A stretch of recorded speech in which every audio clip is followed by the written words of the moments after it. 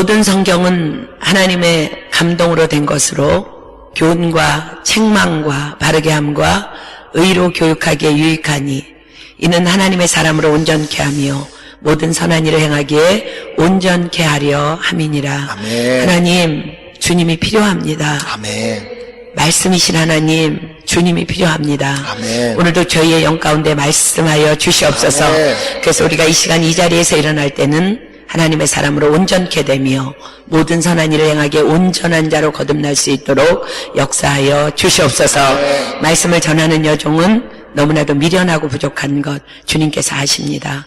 혹이라도 한순간이라도 1분 1초라도 인간의 생각이나 사상을 섞지 못하도록 살아계신 성령 하나님 간섭하여 주셔서 오직 하나님께서 전달하라고 담아주신 메시지만 정확하게 전달할 수 있도록 오직 도구로만 사용하여 주시옵소서. 아멘. 하나님, 당신은 능력이십니다. 하나님, 당신은 우리의 모든 것 되십니다. 우리 모두를 오늘 살려 주시옵소서. 아멘. 주는 그리스도시요 살아계신 하나님의 아들이심을 고백하며 이 모든 기도 예수 그리스도의 이름으로 감사하며 간절히 기도드립니다. 아멘. 찬양팀 너무너무 감사합니다.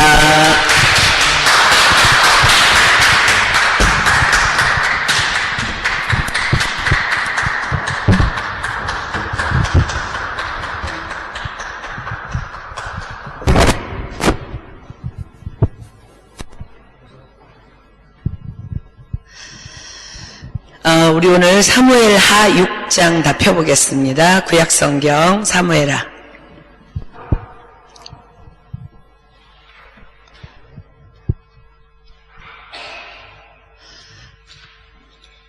구약성경 사무엘하 6장 1절로 23절 말씀 보겠습니다. 제가 한 절 읽고 여러분들 한 절 읽고 우리 교독할게요. 사무엘하 6장 1절로 23절. 다윗이 이스라엘에서 뺀 무리 3만을 다시 모으고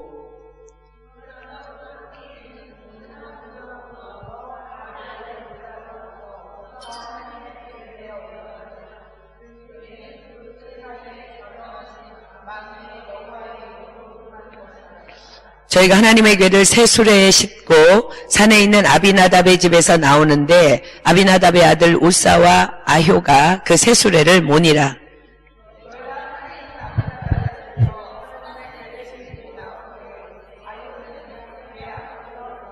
다윗과 이스라엘 온 족속이 잣나무로 만든 여러 가지 악기와 수금과 비파와 소고와 앙금과 재금으로 여호와 앞에서 주악하더라.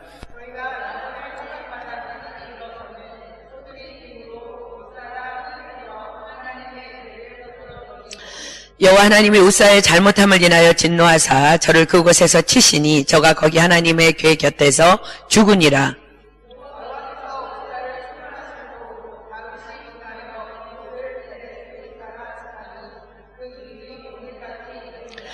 다윗이 그날에 여호와를 두려워하여 가로되 여호와의 궤가 어찌 내게로 오리오 하고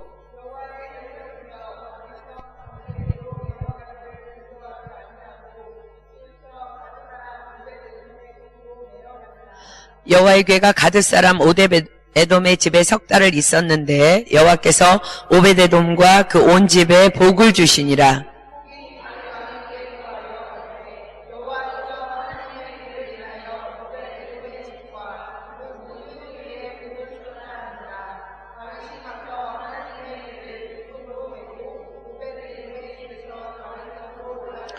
여호와의 궤를 맨 사람들이 6걸음을 향하며 다윗이 소와 살찐 것으로 제사를 드리고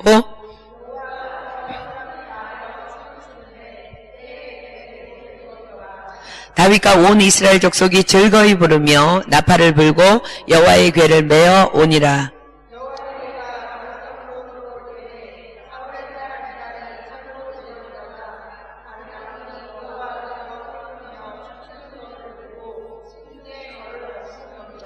여호와의 궤를 메고 들어가서 다윗이 위하여 친 장막 가운데 그 예비한 자리에 두매 다윗이 번제와 화목제를 여호와 앞에 드리니라.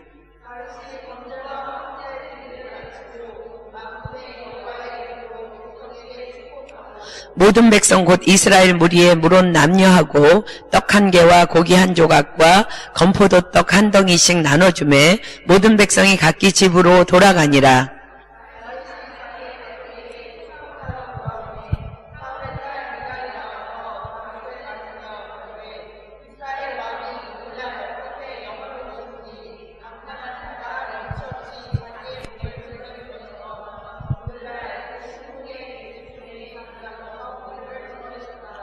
다윗이 미갈에게 이르되 이는 여호와 앞에서 한 것이니라. 저가 내 아비와 그 온 집을 버리시고 나를 택하사 나로 여호와의 백성 이스라엘의 주권자를 삼으셨으니 내가 여호와 앞에서 뛰놀리라.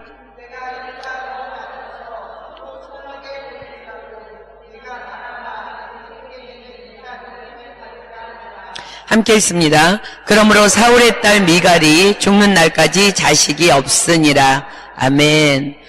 오늘 말씀은 이번 주하고 다음 주하고 두 주에 나누어서 공부하도록 하겠습니다. 오늘 할 수 있을 만큼 할게요.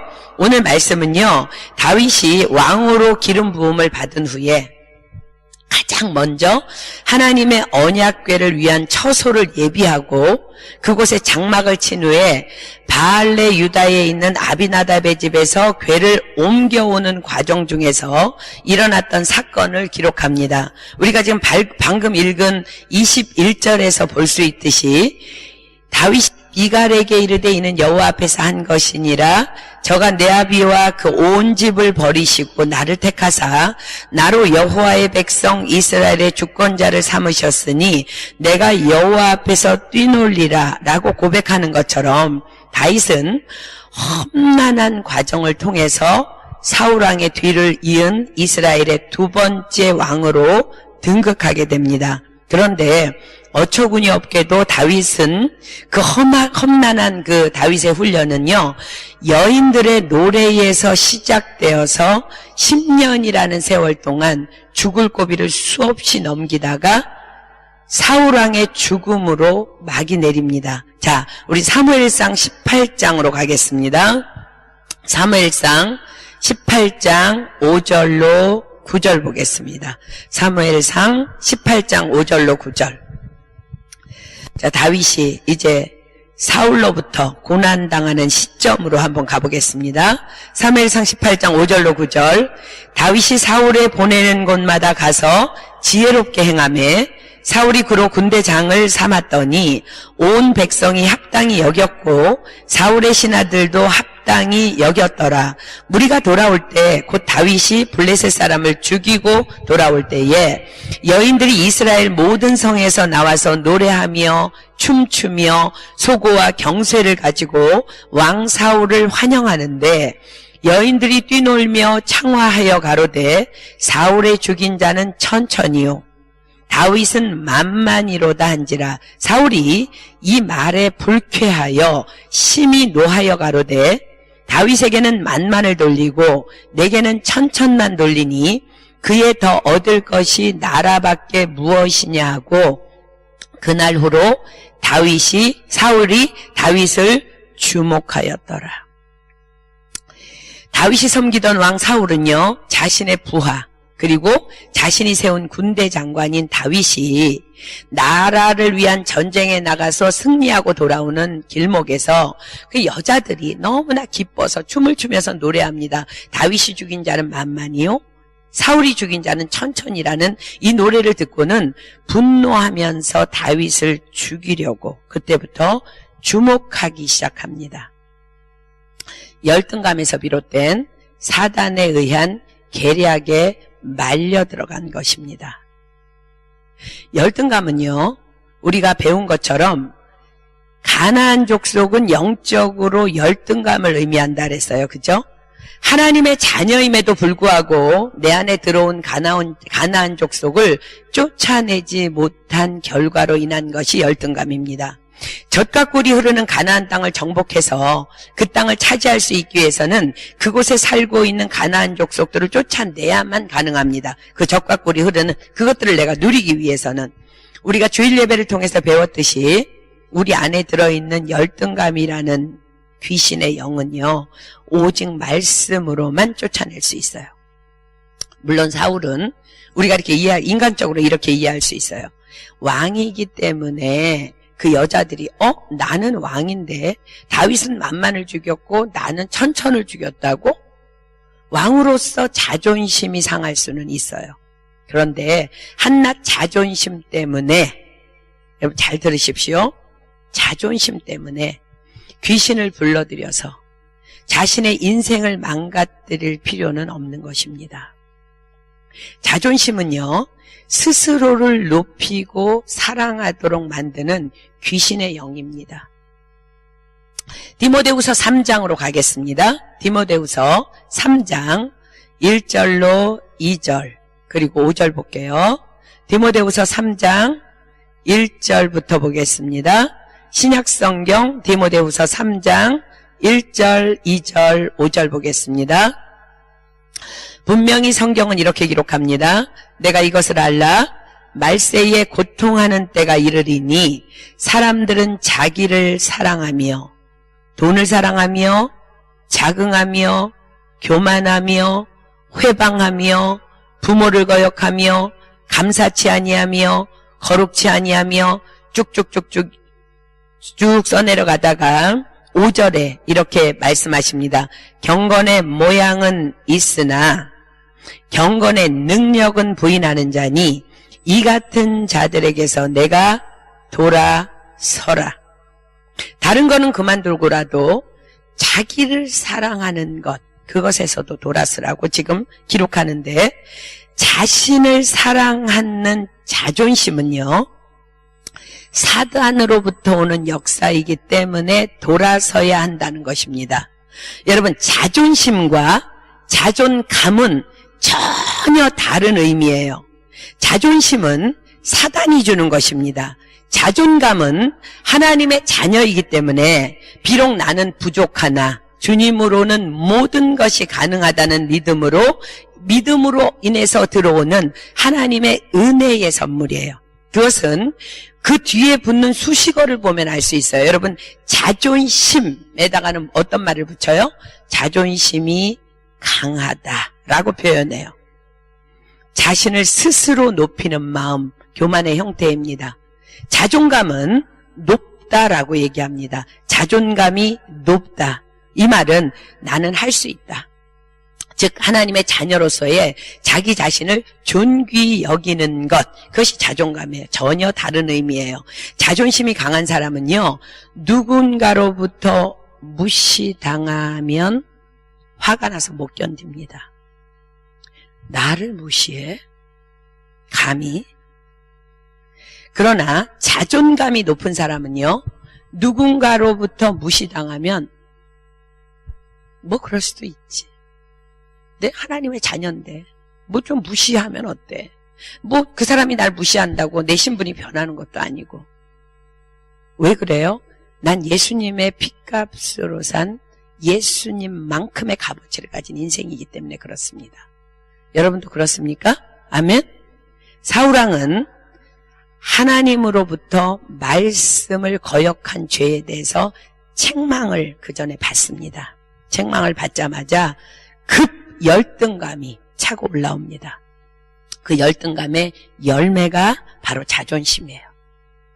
그래서 누군가가 조금만 자신의 행동에 대한 언급이 있어도 무시당하는 것 같은 수치감을 느끼고, 더 나아가 분노라는 형태로 폭발을 일으키면서 내가 누군데 감히 나를 무시하냐며 주변 사람을 굉장히 당혹스럽게 만드는 것이 열등감이며 자존심입니다. 여러분은 누군가에게 잘못에 대해서 지적당하고 책망받을 때에 여러분 어떤 반응을 보입니까? 어떤 반응이 일어나나가 그것을 여러분이 점검해 보면 여러분의 영적 건강 상태를 체크할 수 있어요. 우리가 반드시 기억해야 할 것은 여러분의 부모님이 그러하시듯이 하나님께서 당신의 자녀들을 책망하시는 목적은 바로 사랑입니다. 아멘. 자, 히브리서 12장으로 가겠습니다. 히브리서 12장 6절로 13절. 히브리서 12장 6절로 13절. 제가 있습니다. 주께서 그 사랑하시는 자를 징계하시고 그의 받으시는 아들마다 채찍질 하심이니라 하였으니 너희가 참음은 징계를 받기 위함이라. 하나님의 아들과 같이 너희를 대우하시나니 어찌 아비가 징계하지 않는 아들이 있으리요. 징계는 다 받는 것이거늘 너희에게 없으면 사생자요 참 아들이 아니니라. 또 우리 육체의 아버지가 우리를 징계하여도 공경하였거든 하물며 모든 영의 아버지께 더욱 복종하여 살려하지 않겠느냐. 저희는 잠시 자기의 뜻대로 우리를 징계하였거니와 오직 하나님은 우리의 유익을 위하여 그의 거룩하심에 참여케 하시느니라. 무릇 징계가 당시에는 즐거워 보이지 않고 슬퍼 보이나 후에 그로 말미암아 연달한 자에게는 의의 평강한 열매를 맺나니 그러므로 피곤한 손과 연약한 무릎을 일으켜 세우고 너희 발을 위하여 곧은 길을 만들어 저는 다리로 하여금 어그러지지 않고 고침을 받게 하라. 지금 이 말씀 징계라는 것 누구로부터 마찬가지 하나님으로부터의 징계는 하나님이 여러분에게 내 놈 이렇게 말씀하시지 않아요. 주변으로부터 우리는 그걸 느껴요. 누군가를 통해서 하나님께서 주시는 그 징계는 친자식에만 주는 것이라는 것을 여러분들이 진정으로 믿는 자들이 건강한 신앙의 사람입니다. 그런데 사울은요 열등감에 쌓여가지고 하나님의 책망을 감당하지 못하고 다른 사람을 괴롭히는 것으로 자신의 분노를 쏟아냅니다. 세상에서 가장 치졸하고 불쌍한 인생의 형태예요. 하나님의 책망 앞에서 아니 사람에게 받는 책망이라 할지라도 우리는 어떻게 행동해야 될까요? 에스겔서 33장으로 가겠습니다. 에스겔서 33장 11절 보겠습니다. 에스겔서 33장 11절과 19절 보겠습니다. 하나님께서 이렇게 우리에게 말씀하십니다. 주 여호와의 말씀에 나의 삶을 두고 맹세하노니 나는 악인의 죽는 것을 기뻐하지 아니하고 악인이 그 길에서 돌이켜 떠나서 사는 것을 기뻐하노라. 이스라엘 족속아 돌이키고 돌이키라. 너희 악한 길에서 떠나라. 어찌 죽고자 하느냐 하셨다 하라. 19절 봅니다. 만일 악인이 돌이켜 그 악에서 떠나 법과 의대로 행하면 그가 그로 인하여 살리라. 아멘. 나의 잘못으로 인해 사람에게 또 하나님께 책망을 받았다면 네 잘못했습니다 라고 그 길에서 그냥 돌아서면 되는 거예요. 절대로 여러분들 사단에게 속지 마십시오. 사단은요 사울로 하여금 계속 사울의 생각 속에 넌 끝났어. 넌 버림받은 거야. 그봐 여자들도 노래하잖아. 다윗은 만만을 죽였대. 너는 천천히고 이제 너에게 남은 건 뭐야. 다윗에게 너는 왕권을 뺏기게 될 거야. 이런 계속 속삭임을 받고 속아서 넘어집니다. 사울은 더욱 열등감에 빠져서요 나중에는 급기야 우울증까지 발전합니다. 사무엘상 19장으로 가보겠습니다. 사무엘상 19장 9절로 10절. 사무엘상 19장 9절로 10절.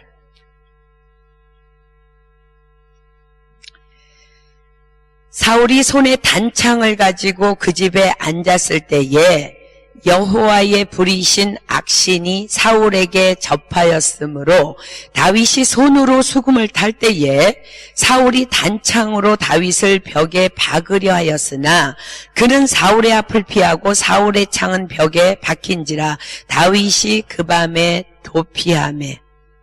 여호와의 불이신 악신, 사단의 활동 반경은요 하나님의 주권 안에 속해 있는 것을 의미합니다. 우리가 지난주에 공부했던 것처럼 예수님께서도 성령에 이끌려 광야에서 시험을 받았다고 기록해요. 그렇다면 우리는요 사단이나 귀신의 존재를 두려워할 필요가 전혀 없는 것입니다. 우리 누구 두려워해야 돼요? 하나님만 두려워하면 되는 것입니다. 여러분 지금 이 시점부터 다윗의 고난이 본격적으로 시작됩니다. 아니 하나님 편에서 보면 다윗을 큰 그릇으로 거룩한 그릇으로 빚으시기 위한 다윗 편에서는 훈련이 시작됩니다. 사울은요 10년이라는 세월을 우울증에 빠져서 오직 다윗 한 사람을 죽이기 위해서 자신의 시간과 재물과 정력과 왕권까지 모두 집중해서 사용합니다. 그러나 다윗은 하나님의 마음에 합한 믿음의 사람입니다. 너는 범사의 여호와를 인정하라. 그리하면 내 길을 지도하시리라에 훈련된 사람이에요. 다윗은. 그렇기 때문에 똑같은 하나님의 임재 안에서 한 사람은 사단에 의해서 집배당하고 한 사람은 하나님의 절대 주권에 의해서 이렇게 지배받으면서 서서히 한 사람은 멸망으로 치닫고 서서히 한 사람은 왕권의 축복의 길로 한 걸음 한 걸음 나아갑니다. 다윗은요 지긋지긋할 정도로 자기를 죽이려고 쫓고 쫓는 그 다윗의 사울의 그 자기가 쫓기는 그 상황 속에서도요 사울 왕을 죽일 수 있는 두 번의 기회를 얻게 되지만 말씀이신 하나님만이 그 모든 선택의 결정권자이시기 때문에 그 기회를 원수 갚는 일에 사용하지 않으면서 믿음을 지켜나갑니다. 아까 우리 찬양했죠. 모든 시선을 주님께 드리고 전능하신 하나님을 느낄 때 살아계신 하나님을 느낄 때 내 삶은 주님의 나라가 되고 하나님은 일하기 시작하리. 아멘. 그 두 번의 기회를 우리가 한번 가볼까요? 사무엘상 24장으로 가겠습니다. 사무엘상 24장.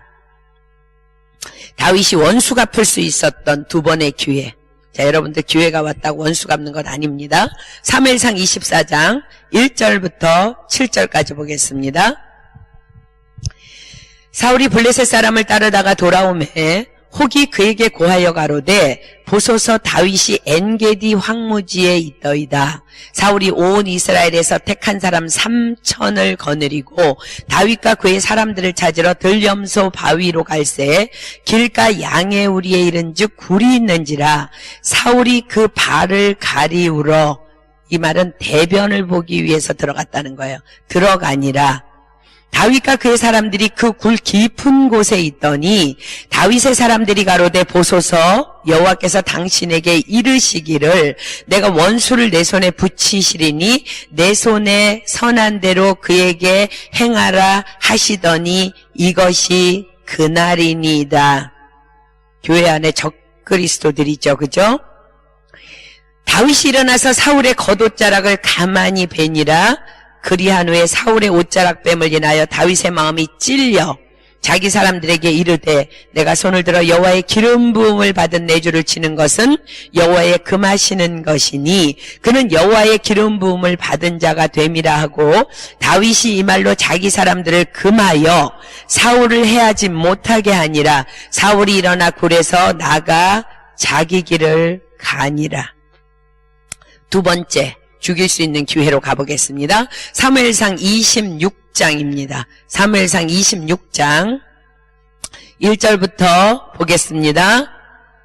10사람이 기브아에 와서 사울에게 이르러 가로되 다윗이 광야 앞 하길라 산에 숨지 아니하였나이까. 사울이 일어나 10황무지에서 다윗을 찾으려고 이스라엘에서 택한 사람 3,000과 함께 10황무지로 내려가서 광야 앞 하길라 산 길가에 진친이라. 다윗이 황무지에 있더니 사울이 자기를 따라 황무지로 들어옴을 깨닫고 이에 탐정을 보내어 사울이 과연 이른 줄 알고 일어나 사울의 진친 곳에 이르러 사울과 네레 아들 군대장관 아브넬의 유하는 곳을 본즉 사울이 진 가운데 누웠고 백성은 그를 둘러 진쳤더라.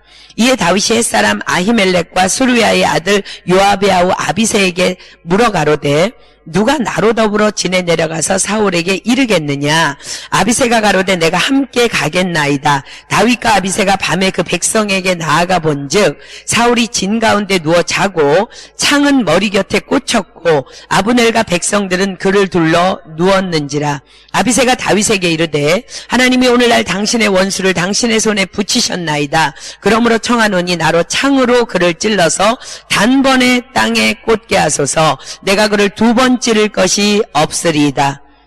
다윗이 아비새에게 이르되 죽이지 말라. 누구든지 손을 들어 여호와의 기름 부음을 받은 자를 치면 죄가 없겠느냐? 또 가로되 여호와께서 사시거니와 여호와께서 그를 치시리니 혹 죽을 날이 이르거나 혹 전장에 들어가서 망하리라. 내가 손을 들어 여호와의 기름 부음을 받은 자를 치는 것을 여호와께서 금하시나니 너는 그의 머리 곁에 있는 창과 물병만 가지고 가자 하고, 다윗이 사울의 머리 곁에서 창과 물병을 가지고 떠나가되 깨든지 이를 보든지 알든지 하는 사람이 없었으니 이는 여호와께서 그들로 깊이 잠들게 하셨으므로 그들이 다 잠이었더라. 뒤에 사울이 이 사실을 알게 되어 21절 보겠습니다. 사울이 가로되 내가 범죄하였도다. 내 아들 다윗아 돌아오라.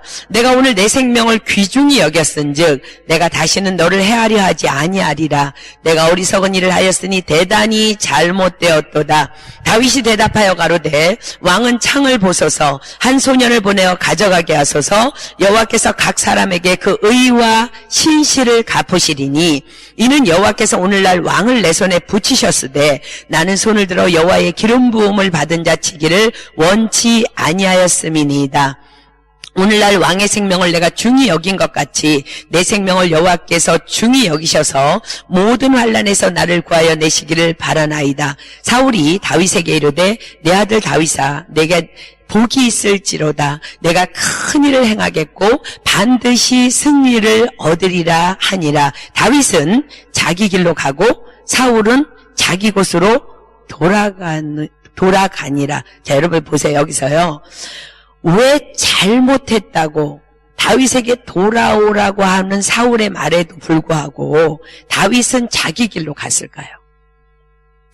다윗은요, 그가 우울증 환자인 것을 정확히 알고 있기 때문에 그래요. 여러분들 주변에 우울증 환자들 있습니까? 알고 있습니까? 혹시 우울증 환자들이 어떤 증세를 보이는지 그들 한번 주목해 보십시오. 자신의 잘못을 깨달은 순간에는요, 정말 다 돌아서서 새 사람이 될 것 같은 말과 행동을 해요. 그러나 여러분 속지 마십시오. 그리고 그럼에도 불구하고 여전히 그를 위해서 여러분들 기도해야 합니다. 왜냐하면 우울증이라는 것은요, 귀신에 의해서 계속해서 공격당하는 것을 본인이 의식하지 못하고 당하는 거예요. 그렇기 때문에 스스로가 잘못을 인정하고 새로운 삶을 살기로 결단하지만 여전히 그의 안에 또아리를 들고 들어앉아 있는 귀신들이 이 사람이 회개의 역사가 일어나고 내가 잘못했다가 내가 새롭게 살아야 되겠다, 이제 하나님만 믿어야 되겠다고 이런 결단을 한 후에는요, 그 안에서 더 강력하게 역사해서 괴롭히기 때문에 본인의 의지를 발동해서 자기를 살려달라고 예수님께 메어 달리고 주변의 믿음의 사람들에게 중보를 요청하면서 오직 말씀대로만 살아보겠다는 본인의 결단이 없으면 우울증은 아무도 도와줄 수 없습니다. 아무도. 혹이나 여러분들 가운데 이 말씀을 들으면서 나도 좀 이런 증세가 있는 것 같은데 라고 생각하는 사람은 반드시 선교사님에게 오십시오. 우리 같이 기도해야 돼요. 기도함이 함께 보듬어 가지 않으면요, 자살까지 갈 수 있는 것이 우울증이에요. 자살은 하나님이 살인하지 말지니라 라고 명령하셨어요. 자살은 누구를 죽이는 거예요? 나를 죽이는 거예요. 사단은 자살하면 지옥 가는 거 정확하게 알고 있어요. 그래서 그들이 죽이지 않아요. 내가 스스로 목매어 내가 스스로 나를 자해해서 나를 죽이도록 하는 것이 우울증이에요. 귀신이 가지고 노는 우울증이에요. 죽고 싶다는 생각을 한 번이라도 한 적이 혹시 여기에 있는 사람은요, 학교 안 가도 돼요. 학교 결석해도 돼요. 교회 중심의 생활에 목숨 거십시오. 그리고 예배 자리에 절대로 빠지지 마십시오. 그리고 여러분 주변에 자신의 그룹에 자신의 상태를 오픈하십시오. 내가 죽고 싶은 생각이 가끔 든다고. 귀신은요, 어두움의 영이에요. 그래서 우리가 자신을 빛 앞에다 드러내고 딱 밝히면은요, 사단은 그때부터 활동의 제약을 받아. 왜? 비단으로 들어올 수 없기 때문에. 서서히 힘을 잃고 떠나가게 되는 줄 믿습니다. 다윗은 그 사실을 너무 잘 알고 있어요. 사울이 우울증이라는 것을. 그래서 그럼에도 불구하고 자신의 길로 돌아가 버립니다. 게다가 그는요, 그 사울은 자신이 섬기고 있는 왕이었어요. 그러나 그는 악인이었어요. 또한 그는 원수였어요. 그러나 그는 그 시편에서 자기의 그 고백대로 자기의 소유는 오직 주님의 율례를 지키는 것, 다윗에게는 그것뿐이기 때문에 그는 주님의 말씀에만 전적으로 순종하기 위해서 그를 손대지 못합니다. 그의 삶을 이끄는 주체는 눈에 보이는 환경이 아니라 오직 하나님이신 것을 다윗은 붙잡습니다. 다윗이 그럼 이 상황 가운데 붙잡은 말씀은 어떤 말씀일까? 우리 한번 보겠습니다. 잠언 24장 21절 한번 피겠습니다. 잠언 24장 21절. 잠언 24장 21절. 하나님은 우리에게 이렇게 권면하십니다. 내 아들아, 여호와와 왕을 경외하고 반역자로 더불어 사귀지 말라. 하나님은 왕을 경외하라 그랬어요. 다윗은 왕을 건드릴 수 없습니다. 여러분들 함부로 나라의 위정자들, 나라의 대통령들 함부로 욕하는 거 아니에요. 하나님은 여호와와 왕을 경외하라고 말씀하셨어요.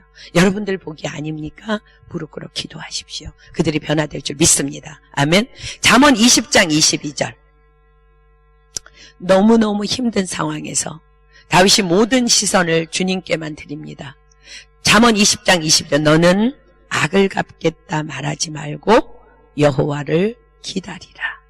그가 너를 구원하시리라. 아멘. 잠언 24장 29절. 잠언 24장 29절. 너는 그가 내게 행함같이 나도 그에게 행하여 그 행한 대로 갚겠다 말하지 말지니라. 아멘.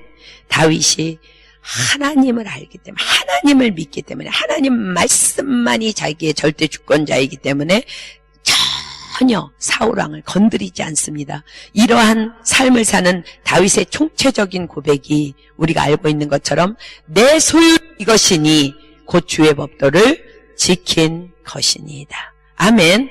이런 아버지를 보며 자란 솔로몬은요, 자신의 잠언에서 이렇게 선포합니다. 잠언 22장 4절. 잠언 22장 4절 봅니다.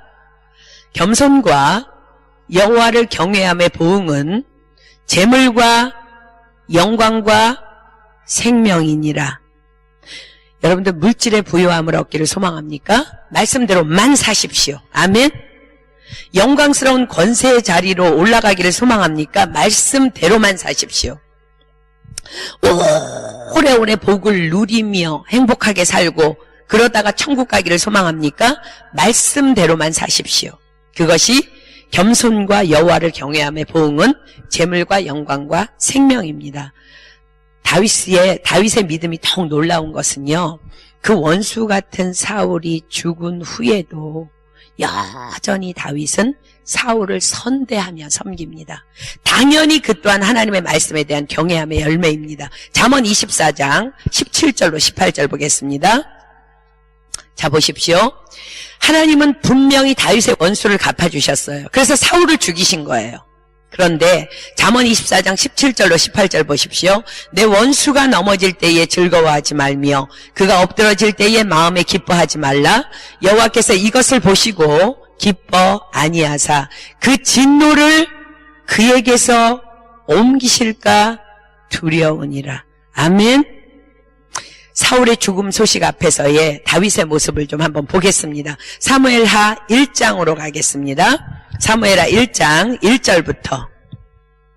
사무엘하 1장 1절부터. 사무엘하 1장 1절부터 봅니다. 사울의 죽은 후라 다윗이 아말렉 사람을 도륙하고 돌아와서 시글락에서 이틀을 유하더니 제3일에 한 사람이 사울의 진에서 나왔는데 그 옷은 찢어졌고 머리에는 흙이 있더라. 저가 다윗에게 나와 땅에 엎드려 절하며 다윗이 저에게 묻되 너는 어디서 왔느냐? 대답하되 이스라엘 진에서 도망하여 왔나이다. 다윗이 가로되 일이 어떻게 되었느뇨? 너는 내게 고하라. 저가 대답하되 군사가 전쟁 중에서 도망하기도 하였고 무리 중에 엎드러져 죽은 자도 많았고 사울과 그 아들 요나단도 죽었나이다. 다윗이 자기에게 구하는 그 소년에게 묻되 사울과 그 아들 요나단의 죽은 줄을 내가 어떻게 아느냐? 그에게 구하는 소년이 가로되 내가 우연히 길보아 산에 올라보니 사울이 자기 창을 의지하였고 병거와 기병은 저를 촉급히 따르는데 사울이 뒤로 돌이켜 나를 보고 부르시기로 내가 대답하되 내가 여기 있나이다 한즉 내게 이르되 너는 누구냐 하시기로 내가 대답하되 나는 아말렉 사람이니이다 한즉 또 내게 이르되 내 목숨이 아직 내게 완전히 있으므로 내가 고통에 들었나니 너는 내 곁에 서서 나를 죽이라 하시기로 저가 엎드러진 후에는 살 수 없는 줄을 내가 알고 그 곁에 서서 죽이고 그 머리에 있는 면류관과 팔에 있는 고리를 벗겨서 내 주께로 가져왔나이다. 이에 다윗이 자기 옷을 잡아 찢음에 함께 있는 모든 사람도 그리하고 사울과 그 아들 요나단과 여호와의 백성과 이스라엘 족속이 칼에 죽음을 인하여 저녁까지 슬퍼하며 울며 금식하니라. 다윗이 그 소한 소년에게 묻되 너는 어디 사람이냐? 대답하되 나는 아말렉 사람 곧 외국인의 아들이니이다. 다윗이 저에게 이르되 내가 어찌하여 손을 들어 여호와의 기름 부음 받은 자 죽이기를 두려워하지 아니하였느냐 하고 소년 중 하나를 불러 이르되 가까이 가서 저를 죽이라 하매 그가 침에 곧 죽으니라. 다윗이 저에게 이르기를 내 피가 내 머리로 돌아갈지어다. 내 입이 내게 대하여 증거하기를 내가 여호와의 기름 부음 받은 자를 죽였노라 함이니라 하였더라. 보십시오. 근데요, 더 재밌는 사건은요, 이 죽임을 당한 아말렉 소년은요, 이제 사울이 죽은 소식을 보고 왕권이 다윗에게 넘어갈 것을 계산해서 다윗에게 잘 보이려고 거짓말을 했다가 죽임을 당한 거예요. 앞장에 보면 사울은 자신이 죽을 줄을 알고 스스로 자기의 창에 엎드려서 죽어요. 사무엘상 31장 바로 앞장 보겠습니다. 사무엘상 31장 1절로 5절 볼게요.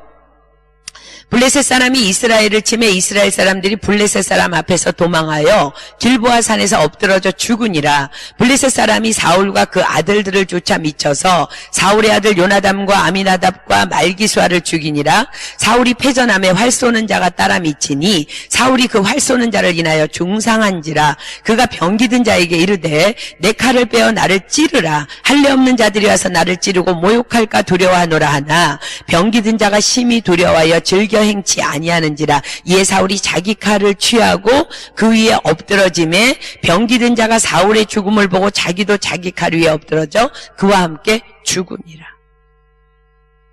자기의 유익을 위해서 거짓말을 하는 것이 이런 비참한 결과를 가져온다는 것에 대한 하나님의 강력한 교훈입니다.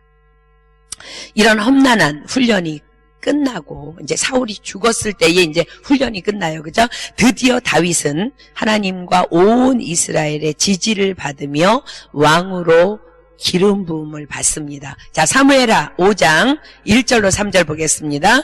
사무엘하 5장 1절로 3절. 이스라엘 모든 지파가 헤브론에 이르러 다윗에게 나와 말하여 가로되 보소서 우리는 왕의 고륙이니이다. 전일 곧 사울이 우리의 왕이 되었을 때에도 이스라엘을 거스려 출입하게 한 자는 왕이시었고 여호와께서도 왕에게 말씀하시기를 내가 내 백성 이스라엘의 목자가 되며 이스라엘의 주권자가 되리라 하셨나이다 아니라. 이에 이스라엘 모든 장로가 헤브론에 이르러 왕에게 나아오매 다윗왕이 헤브론에서 여호와 앞에서 저희와 언약을 세우매 저희가 다윗에게 기름을 부어 이스라엘 왕을 삼으니라. 여러분 헤브론 어디서 듣던 말이에요? 응? 헤브론이 어디예요? 갈렙이 개척한 크고 두려운 산지. 그러나 적과 꿀이 흐르는 땅. 이 산지를 갈렙의 소속인 유다지파 다윗의 요새로 쓰임받는 땅이 됩니다. 갈렙이 이룬 큰 성과입니다. 자, 이제 드디어 이제 본문으로 가겠습니다. 사무엘하 6장 1절로 23절 이제 보겠습니다. 사무엘하 6장 1절.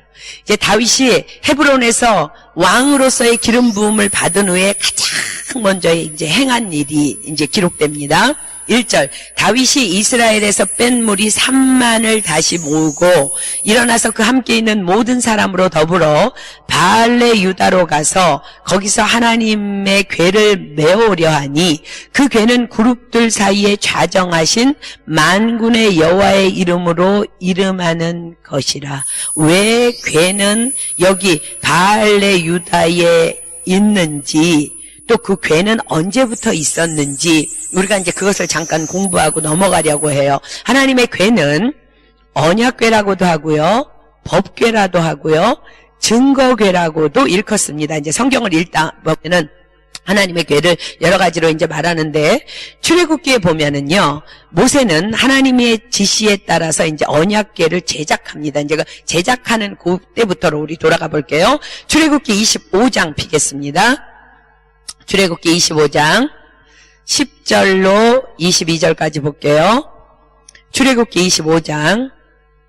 하나님이 모세에게 궤를 만들 것에 대해서 명령하십니다. 출애굽기 25장 10절부터 그들은 조각목으로 궤를 짓되 장이 2규빗반, 광이 1규빗반, 고가 1규빗반이 되게 하고 너는 정금으로 그것을 싸되 그 안팎을 싸고 윗가로 돌아가며 금태를 두르고 금고리 넷을 부어 만들어 그 네 발에 달되 이 편에 두 고리요 저 편에 두 고리며 조각목으로 채를 만들고 금으로 싸고 그 채를 궤 양편 고리에 꿰매어 궤를 매게 하며 채를 궤의 고리에 꿰인 대로 두고 빼어내지 말지며 내가 내게 줄 증거판을 궤 속에 둘지며 정금으로 속죄소를 만들되 장이 2규빗반, 광이 1규빗반이 되게 하고 금으로 그룹 둘을 속죄소 두 끝에 쳐서 만들되 한 그룹은 이 끝에 한 그룹은 저 끝에 곧 속죄소 두 끝에 속죄소와 한 덩이로 연하게 할지며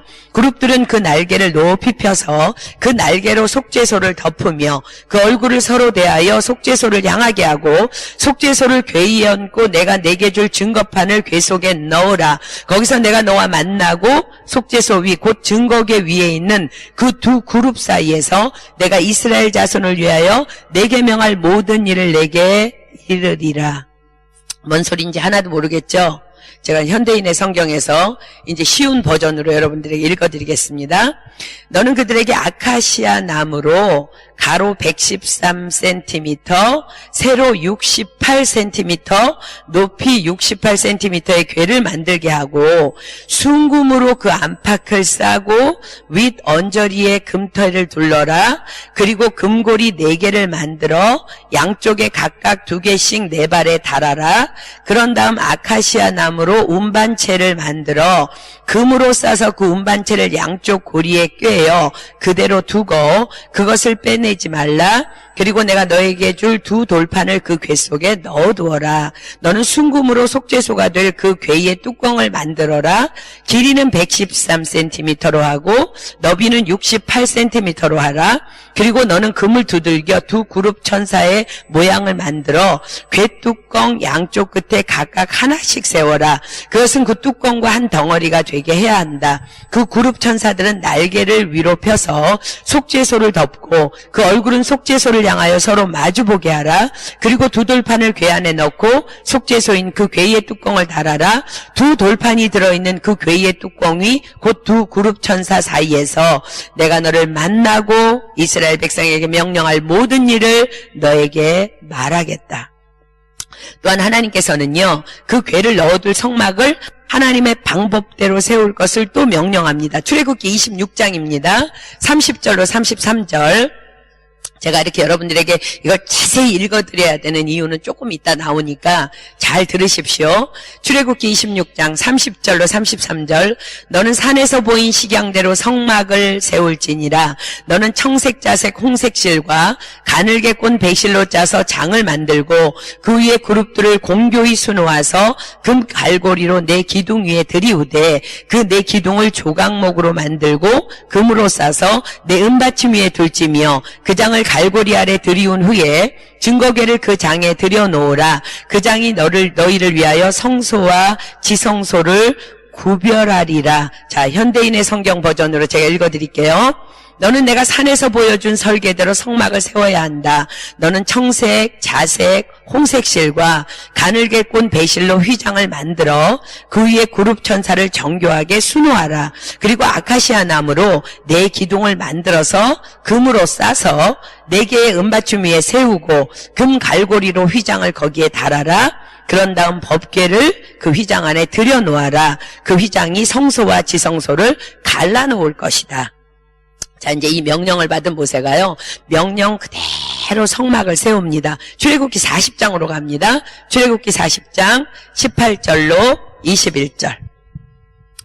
모세가 성막을 세우되 그 받침들을 놓고 그 널판들을 세우고 그 띠를 띄우고 그 기둥들을 세우고 또 성막 위에 막을 펴고 그 위에 덮개를 덮으니 여호와께서 모세에게 명하신 대로 되니라. 그가 또 증거판을 궤 속에 넣고 채를 궤 위에 깨고 족제소를 궤 위에 두고 또 그 궤를 성막에 들여놓고 장을 들이워서 그 증거궤를 가리우니 여호와께서 모세에게 명하신 대로 되니라. 그리고 그때부터 성막을 통한 하나님의 인도하심이 이스라엘에게 시작됩니다. 자, 출애굽기 40장 33절부터 38절까지 제가 읽습니다. 그가 또 성막과 단사면들의 포장을 치고 뜰문에 장을 다니라. 모세가 이같이 역사를 필하였더라. 그 후에 구름이 회막에 덮이고 여호와의 영광이 성막에 충만하매 모세가 회막에 들어갈 수 없었으니 이는 구름이 회막 위에 덮이고 여호와의 영광이 성막에 충만함이었으며 구름이 성막 위에 떠오를 때에는 이스라엘 자손이 그 모든 행하는 길에 앞으로 발행하였고 구름이 떠오르지 않을 때는 떠오르는 날까지 발행하지 아니하였으며 낮에는 여호와의 구름이 성막 위에 있고 밤에는 불이 그 구름 가운데 있음을 이스라엘의 온 족속이 그 모든 행하는 길에서 친히 보았더라. 그리고 이 하나님의 임재의 상징인 언약궤는요, 하나님의 인도하심으로 여호수아에 의해 가나안 땅으로 입성합니다. 여러분들 그 요단강을 건널 때에 여러분들 제사장들이 이렇게 언약궤 메고 들어가는 거 다 기억하잖아요, 그죠? 그런데 이 언약궤가 여호수아가 죽은 후에 사무엘이 아직 사사로 세워지기 전에 극도로 타락한 이스라엘 백성들에 의해서 블레셋에 의해서 뺏겨버려요. 블레셋에게.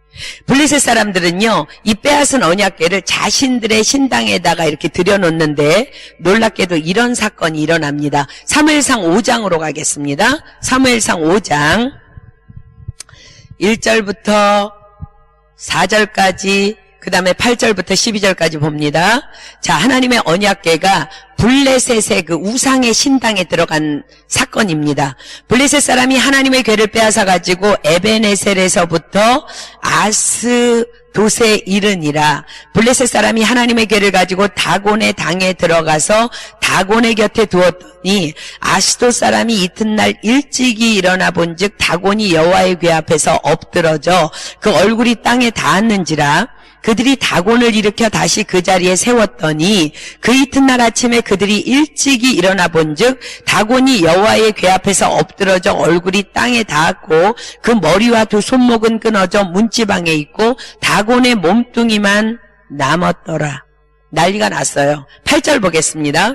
이에 보내어 블레셋 사람의 모든 방백을 모으고 가로되 우리가 이스라엘 신의 궤를 어찌할꼬. 그들이 대답하되 이스라엘 신의 궤를 가드로 옮겨가라 하므로 이스라엘 신의 궤를 옮겨갔더니 그것을 옮겨간 후에 여호와의 손이 심히 큰 환난을 그 성에 더하사 성읍 사람의 작은 자와 큰 자를 다 쳐서 독종이 나게 하신지라. 이에 그들이 하나님의 궤를 에그론으로 보내니라. 하나님의 궤가 에그론에 이른즉 에그론 사람의 부르짖어 가로되 그들이 이스라엘 신의 궤를 우리에게로 가져다가 우리와 우리 백성을 죽이려 한다 하고 이에 보내어 블레셋 모든 방백을 모으고 가로되 이스라엘의 신의 궤를 보내어 본처로 돌아가게 하고 우리와 우리 백성 죽임을 면케하자 하니 이는 온 성이 사망의 환난을 당함이라. 거기서 하나님의 손이 엄중하심으로 죽지 아니한 사람들은 독종으로 치심을 받아 성읍의 부르짖음이 하늘에 사무쳤더라. 자, 이제 이 사람들이 이제 대책을 세웁니다. 사무엘상 6장 21절로 갑니다. 사무엘상 6장 21절.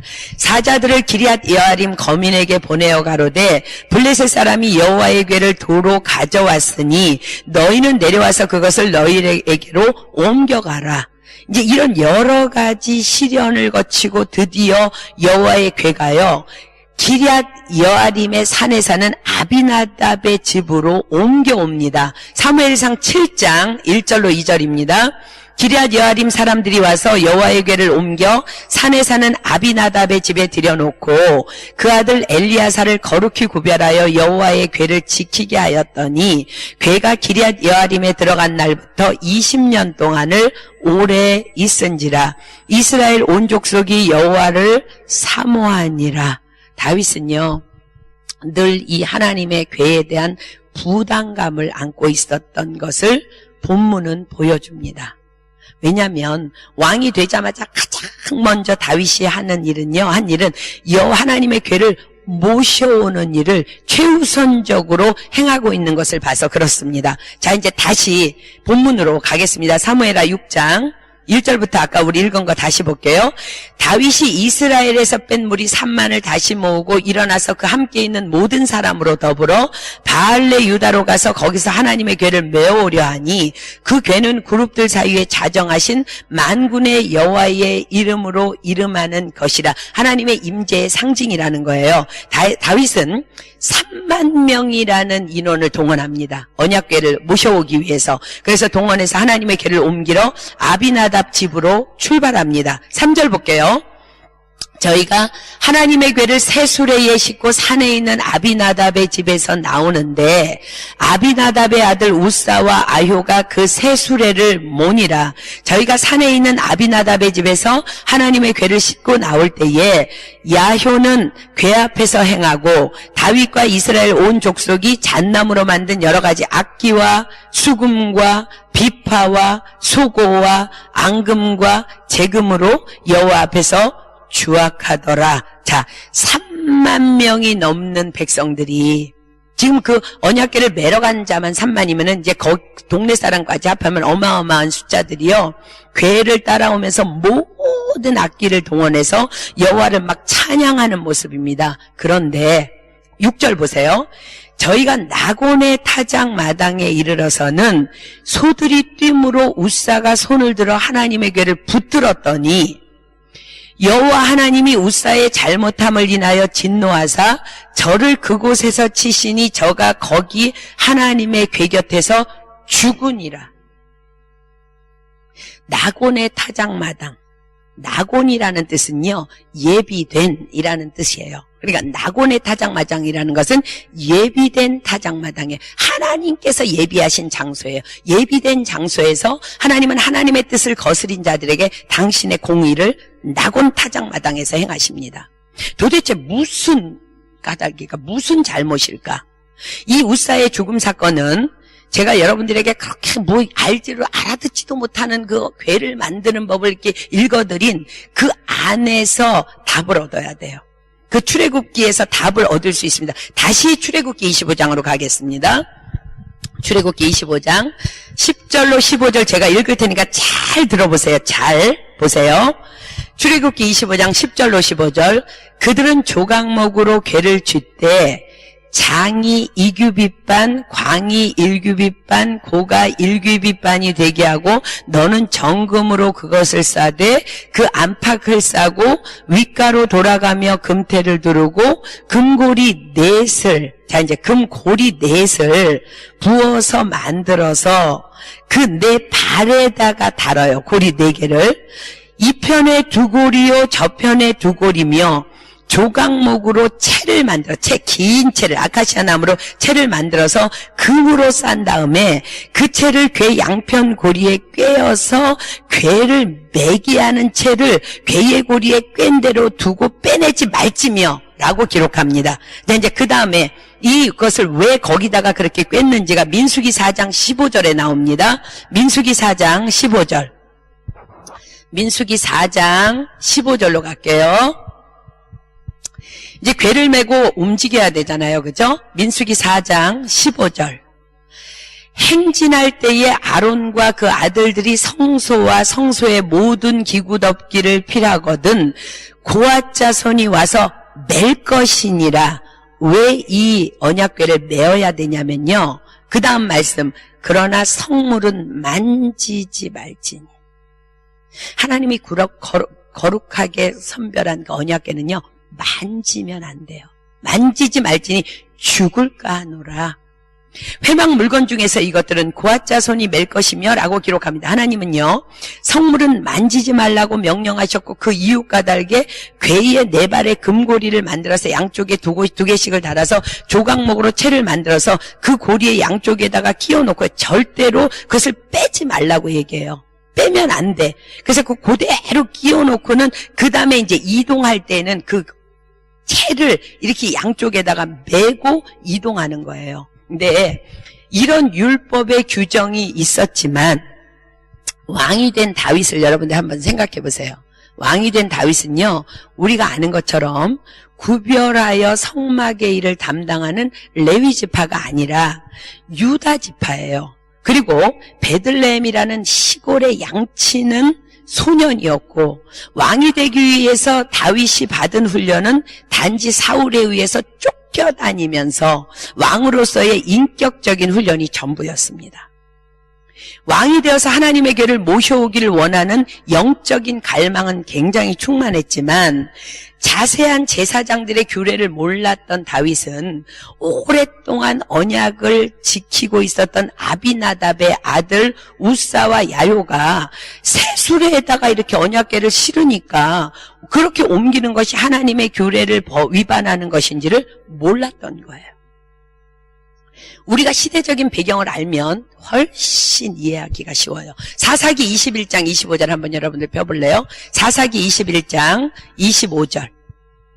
사사기 21장 25절. 자, 보세요.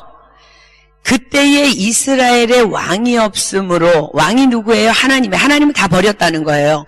사람이 각각 그 소견에 옳은 대로 행하였더라. 이것이 이제 사사기 시대인데, 여호수아가 죽고 여호수아를 알던 세대도 다 죽고 난 후에 이제 사사 시대를 맞이하는데, 이스라엘은 극도의 타락의 경지에 다다릅니다. 이때의 사무엘이 하나님의 계획 속에서 한나를 통해서 태어나고 사무엘을 통해서 나라가 점점 회복되어 갔지만, 한 사람 사무엘이 살던 그 한 세대를 통해서 그렇게 극도로 타락해 있던 이스라엘의 온전한 영적 회복이 있기에는 불가능한 시간일 수밖에 없어요.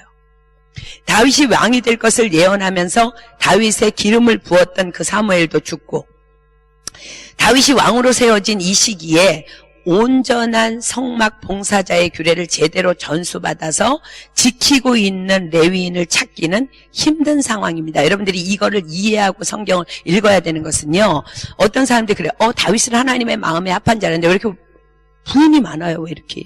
여자가 왜 이렇게 많아요? 왜 이렇게 처가 많아요? 다윗도 그 시대에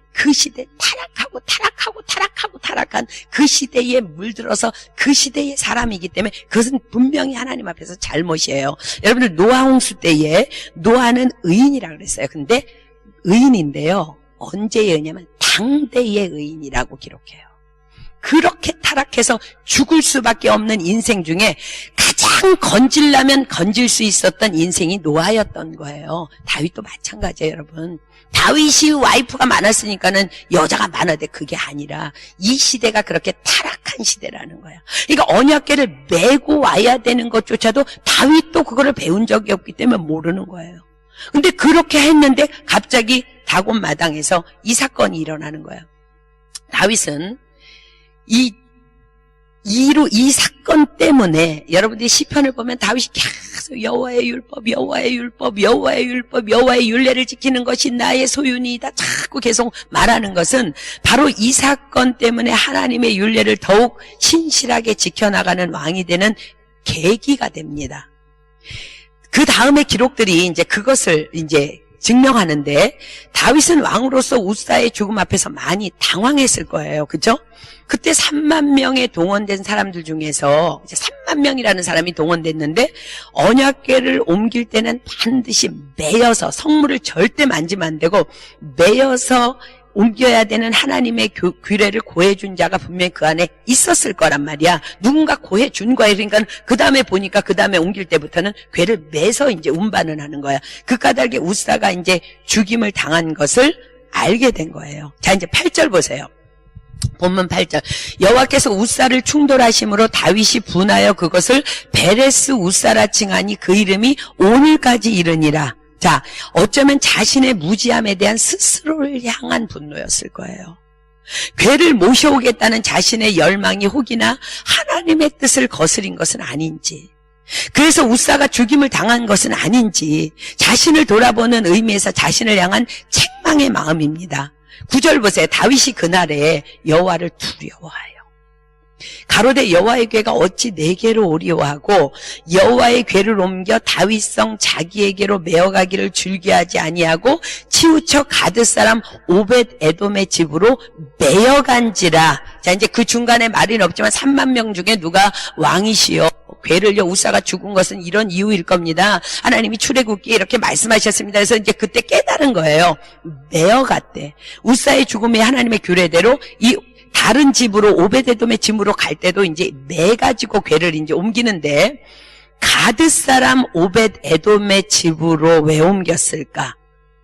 가드는 레위인이 거주하는 성읍이에요. 여러분들이 여호수아의 땅 분배 법칙을 알았잖아요. 그죠? 그때 분배할 때요. 가드 땅은 레위인들이 분배받은 땅이에요. 그러니까 레위인이 거주하는 성읍인데 어쩌면 그곳 나곤의 타작 마당에서 가장 가까이 있던 레위인의 성읍으로 추정됩니다.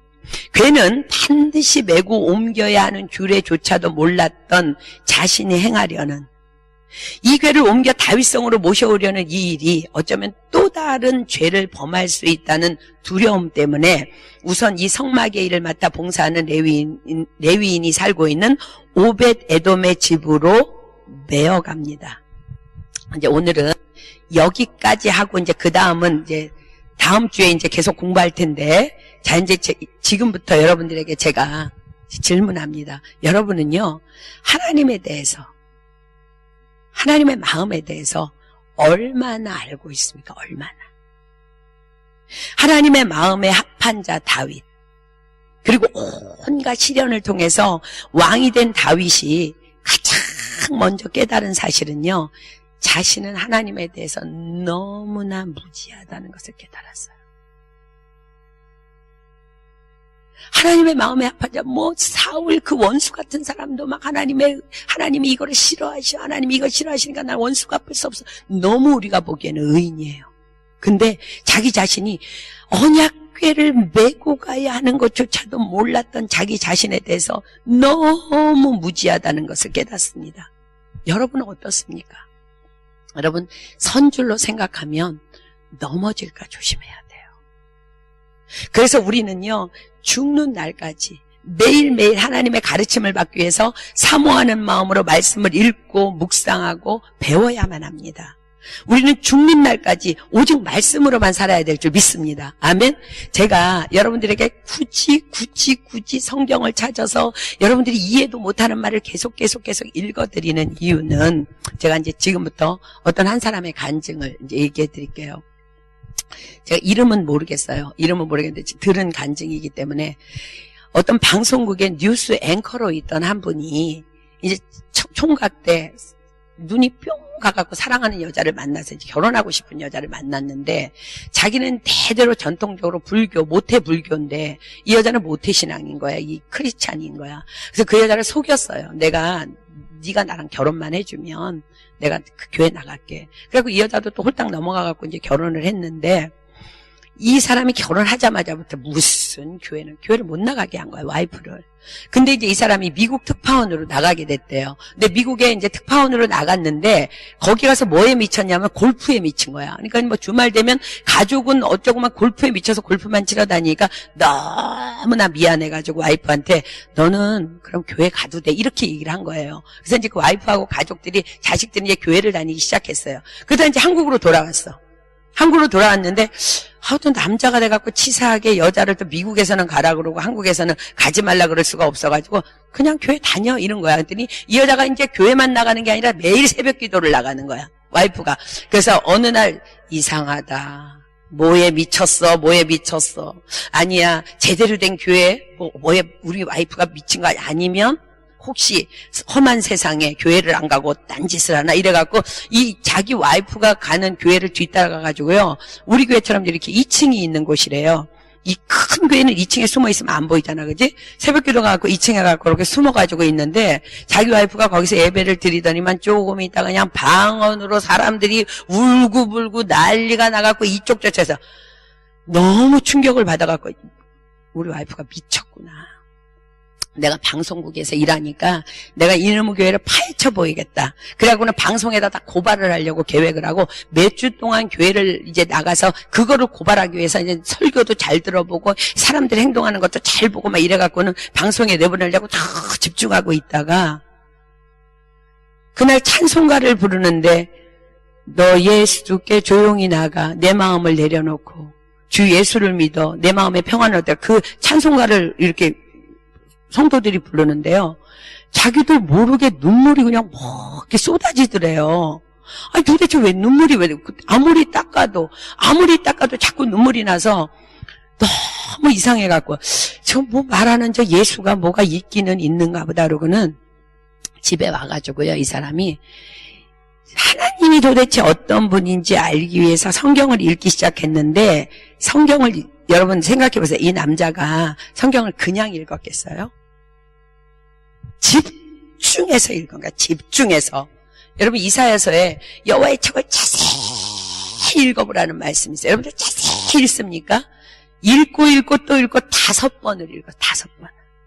5번을 읽고 이 사람이 거기에서 그냥 성경을 읽다 성령을 받아서 이거는 기독교는 종교가 아니라 생명이구나. 그래서 이분이요 목사가 됐어요. 저는 여러분들에게 질문하고 싶어요. 성령님은 한 분이에요. 그 앵커가 만난 하나님과 여러분이 만난 하나님 다른 분 아니에요.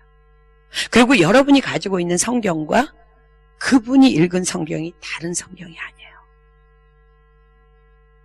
여러분들 성경을 그렇게 자세히 죽도록 그렇게 읽습니까? 그렇게 읽지 않으니까 여러분에게 역사가 일어나질 않는 거예요. 선교사님이 그렇게 성경 읽으라고 여러분들에게 그렇게 얘기해서 진짜 내가 선교사님 때문에라도 내가 지금 성경을 자세히 읽어봐야 되겠다고 결심했으면 여러분 안에 지금 놀라운 역사가 일어나도 뭐 이 파리를 뒤집고 프랑스를 뒤집는 역사가 일어나야 돼요. 왜? 성령은 권능이에요. 오직 성령이 너희에게 임하면 너희가 권능을 받고 예루살렘과 온 유대와 사마리아 땅끝까지 이르되 증인이 되리라. 다윗은요 우리랑 비교할 수 없는 믿음의 사람이에요. 근데 성경 66권을 그가 다 알 수 없잖아요. 여러분들 성경 66권 다 알 수 없잖아요. 여러분들에게 가르치고 있는 저도 성경 66권 알 수 없어요. 그래서 오늘도 성경 읽어요. 어제도 읽었어요. 내일도 읽을 거예요. 하나님에 대해서 우리는 알 수 없어요. 다윗은 너무 충격을 받았어요. 웃사가 그 언약궤를 잡고는 그 자리에서 다곤의 타작마당에서 죽어 자빠지는 걸 보면서 너무 충격을 받았어요. 하나님, 난 하나님에 대해서 너무 무지해. 그런데 어떻게 내가 왕이 될 수 있어? 그때부터 다윗의 그 시편의 고백들이 이어지는 거예요, 여러분. 시편 119편 한번 펴보세요. 시편 119편. 시편 119편 1절로 12절 한 예입니다. 이것은 시편은요 하나님의 율례. 시편 1편 1절 여러분 어떻게 시작하는지 알죠? 주야로 말씀을 묵상하는 자가 복이 있는 자라. 여러분 하나님을 매일 열심히 읽어야 돼요. 매일 먹어야 돼요. 여러분이 어떻게 하나님을 어떻게 다 알아요? 여러분들이 안다고 생각하고 착각하고 하는 그 행동들이 웃사처럼 죽음에 이르지 않으니까 우리가 멀쩡히 살아있지. 지금까지 여러분 한 행동 전부 우리 죽을 수밖에 없잖아. 하나님을 알되 여러분들 목숨 걸고 성경 읽어야 합니다. 아멘. 시편 119편 1절로 12절 제가 있습니다. 행위 완전하여 여호와의 법에 행하는 자가 복이 있으며 여호와의 증거를 지키고 전심으로 여호와를 구하는 자가 복이 있도다. 실로 저희는 불의를 행치 아니하고 주의 도를 행하는도다. 주께서 주의 법도로 명하사 우리로 근실히 지키게 하였나이다. 내 길을 굳이 정하사 주의 율례를 지키게 하소서. 내가 주의 모든 계명에 주의할 때는 부끄럽지 아니하리이다. 내가 주의 의로운 판단을 배울 때에는 정직한 마음으로 주께 감사하리이다. 내가 주의 율례를 지키오리니 나를 아주 버리지 마옵소서. 청년이 무엇으로 그 행실을 깨끗게 하리이까? 주의 말씀을 따라 삼갈 것이니이다. 내가 전심으로 주를 찾아 싸우니 주의 계명에서 떠나지 말게 하소서. 내가 주께 범죄치 아니하리 하여 주의 말씀을 내 마음에 두었나이다. 찬송을 받으실 여호와여 주의 율례를 내게 가르치소서. 여러분은 하나님에 대해서 잘 알지 못해서 주변에서 무너지는 그거 보면서 다윗처럼 이런 충격이 있습니까?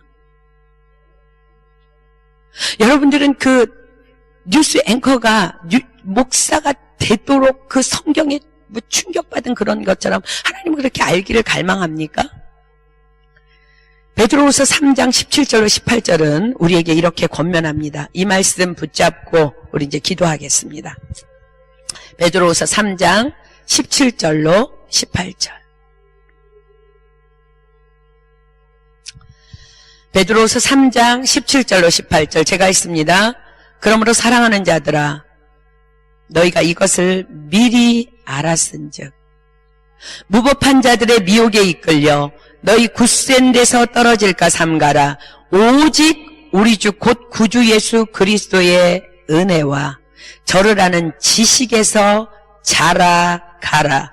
영광이 이제와 영원한 날까지 저희에게 있을지어다. 아멘. 기도하겠습니다. 우리 이 시간 하나님 앞에 기도할 때 하나님 선줄로 생각하면 넘어질까 조심하라고 말씀하셨는데 하나님의 그 거룩한 임재 앞에서 나를 다 보고 다 꿰뚫어 보시는 그 하나님 앞에서 내가 좀 뭐 아는 것처럼 성경도 설렁설렁 읽고 하나님의 생명의 말씀을 소홀히 여기고 제가 이렇게 대충대충 살다가 감히 부끄럽게 이 성전에 와 있습니다. 하나님 저를 불쌍히 여기시고 내 눈을 열어서 주님의 성경을 바라볼 때에 주의 법에 기이한 것을 볼 수 있도록 이 시간 성령을 부어달라고. 하나님 내가 주님을 알기를 원합니다. 내가 주님에 대해서 알기를 원합니다. 주님의 마음을 알기를 원합니다. 하나님 교회에서 듣는 설교 이것으로 끝나는 것이 아니라 내가 하나님을 1대1로 만나기를 원합니다. 성경을 통해서 주님을 만나기를 소망합니다. 하나님 내가 성경을 폈을 때 나에게 말씀하여 주시고 1대1로 우레와 같이 말씀하여 주시고 성령의 영감을 부어주셔서 하나님 내가 다윗처럼 살아가게 하여 주시옵소서. 이 시간 우리 주여 삼창하고 정말로 하나님은 믿음으로 하지 않는 모든 자를 바라보고 계십니다. 여러분 거짓되게 기도하지 마십시오. 하나님 나는 오늘 다윗처럼 그렇게 변화되기를 소망합니다. 하나님 나도 오늘 이 말씀을 통해서 충격받았습니다. 하나님 내가 하나님의 성경을 목숨 걸고 읽겠습니다. 그리고 하나님 영감받기 위해서 내가 기도하는 자가 되겠습니다. 하나님 일평생 내가 이런 자가 되게 하여 주시옵소서. 우리 주여 삼창하고 목숨 걸고 이 시간부터 10분 동안 주님 앞에 부르짖어 기도합니다. 시작! 주여! 주여! 주여!